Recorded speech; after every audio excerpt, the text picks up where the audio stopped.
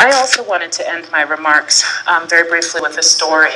This is a story of a movement that comes out of Latin America that doesn't get a lot of attention, but it's a story that I think is very related to our debates and discussions on climate change and global warming in Latin America, throughout Latin America, specifically in countries like Colombia, where they're called zoreros.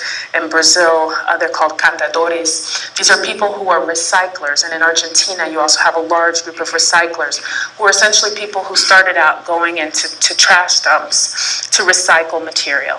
And I don't like calling them trash pickers. I know there are a lot of researchers that call them trash pickers because what they're picking is actually not trash.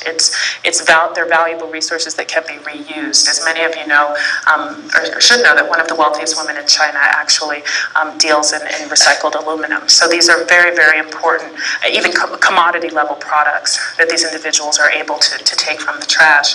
And many of these movements, and in fact the movements that are the strongest at this moment in time, are in Latin America. They've been able to convene and work with local recyclers in places like India, in places like China, in places like throughout all of Africa, to really give value to this type of work that they're doing. And one of the things that they've been able to push are policies, because the interesting thing about recycling is there's a huge policy dimension to it. How do cities and local communities, municipalities decide to manage waste?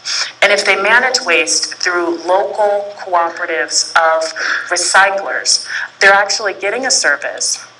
They're providing a source of income for individuals who may have been seen as a social problem if they weren't involved in this chain. And they're also providing a service that generally they're not getting paid for.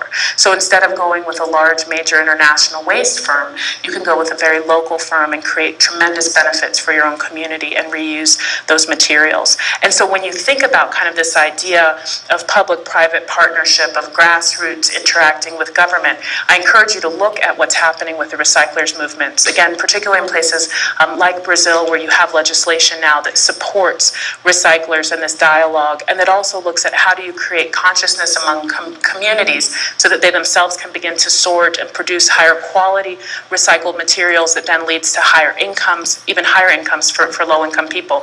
When we're talking about higher incomes, I mean, we're really talking about people that can earn up to 2 or 3 minimum wages living off of recycled materials. So these are not low-paying jobs. These are jobs that are somewhat messy, but often what happens is that there are opportunities for their children to scale up and to look at professional opportunities within the recycling field as well. So again, this is just one of the many, many examples that I encourage us to look at from Latin America and from the developing world as a whole.